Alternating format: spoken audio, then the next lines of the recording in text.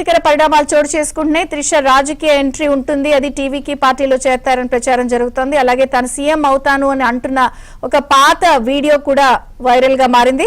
పూర్తి updates Delhi bureau chief Krishna అందిస్తారు. కృష్ణ. విజయ చంద్రిక నటి త్రిష రాజకీయ అరంగేట్రంపై జరుగుతున్నటువంటి ప్రచారం ప్రస్తుతం సోషల్ మీడియాలో అయితే హాట్ టాపిక్ గా మారిందని చెప్పొచ్చు. ఏదైతే రాజకీయ రంగ ప్రవేశం, టీవీకే పార్టీ ప్రచారం, హీరో విజయ్ స్థాపించినటువంటి తమిళగా వెట్రి కళగం ఈ పార్టీలో త్రిష చేరతారని, అదేవిధంగా రాబోయే 2026 అసెంబ్లీ ఎన్నికల్లో కూడా పోటీ చేస్తారని బలమైన ప్రచారం అయితే జరుగుతుంది.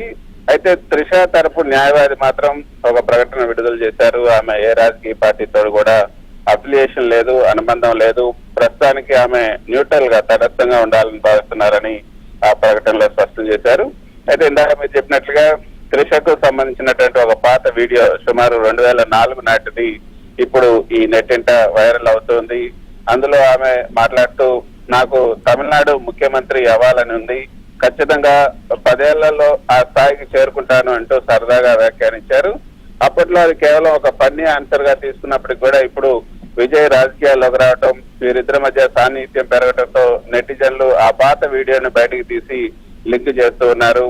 అయితే విజయ్ త్రిష వివాహ వేడుకల్లో కూడా సందడి నెలకొనుంది. ఇటీవల మనం చూసాం చెన్నైలో జరిగినటువంటి ఏజీఎస్ ప్రొడ్యూసర్ కల్పతి సురేష్ కుమారుడి వివాహ రిసెప్షన్ లో విజయ్ అదేవిధంగా త్రిష కలిసి ఒకే కారులో రావడం పెద్ద చర్చకు కూడా దారితీసింది.